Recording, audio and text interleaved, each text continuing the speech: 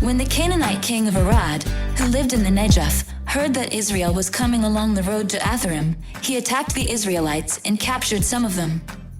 Then Israel made this vow to the Lord: if you will deliver these people into our hands, we will totally destroy their cities. The Lord listened to Israel's plea and gave the Canaanites over to them.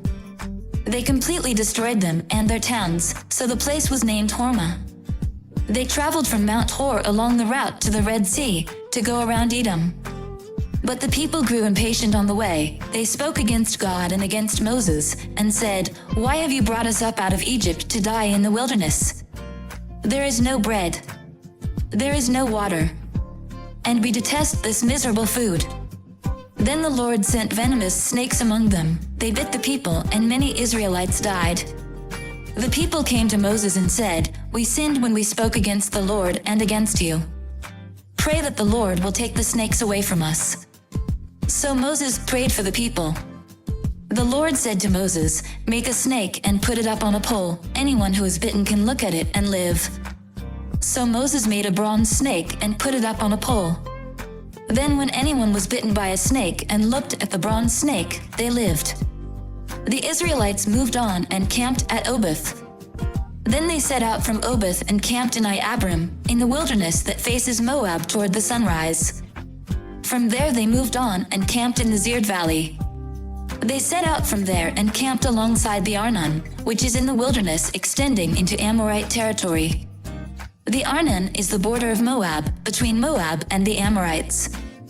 That is why the book of the wars of the Lord says, Zahab and Suphah and the ravines, the Arnon and the slopes of the ravines that lead to the settlement of Ar and lie along the border of Moab.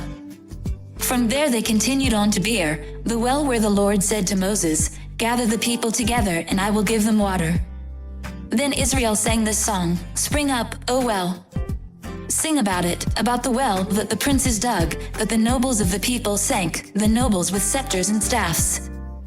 Then they went from the wilderness to Mattanah, from Mattanah to Nahaliel, from Nahaliel to Bamoth, and from Bamoth to the valley in Moab, where the top of Pisgah overlooks the wasteland.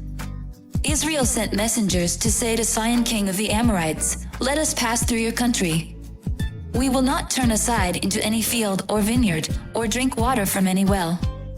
We will travel along the king's highway until we have passed through your territory." But Sihon would not let Israel pass through his territory. He mustered his entire army and marched out into the wilderness against Israel. When he reached Jahaz, he fought with Israel. Israel, however, put him to the sword and took over his land from the Arnon to the Jabbok, but only as far as the Ammonites, because their border was fortified. Israel captured all the cities of the Amorites and occupied them, including Heshbon and all its surrounding settlements. Heshbon was the city of Sihon king of the Amorites, who had fought against the former king of Moab and had taken from him all his land as far as the Arnon. That is why the poets say, "Come to Heshbon and let it be rebuilt, let Sihon's city be restored." Fire went out from Heshbon, a blaze from the city of Sihon. It consumed Ar of Moab, the citizens of Arnon's heights. Woe to you, Moab!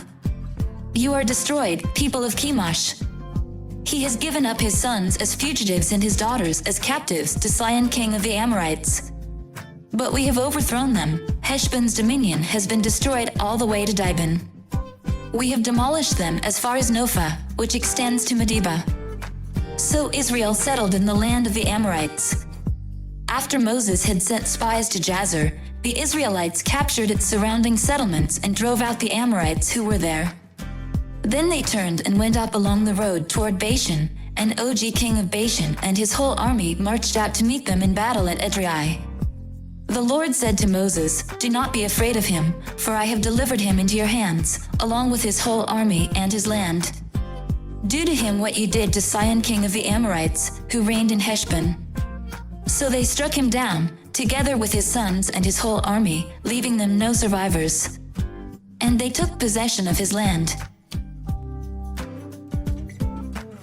"Come follow me, and I'll send you out to fish for people,"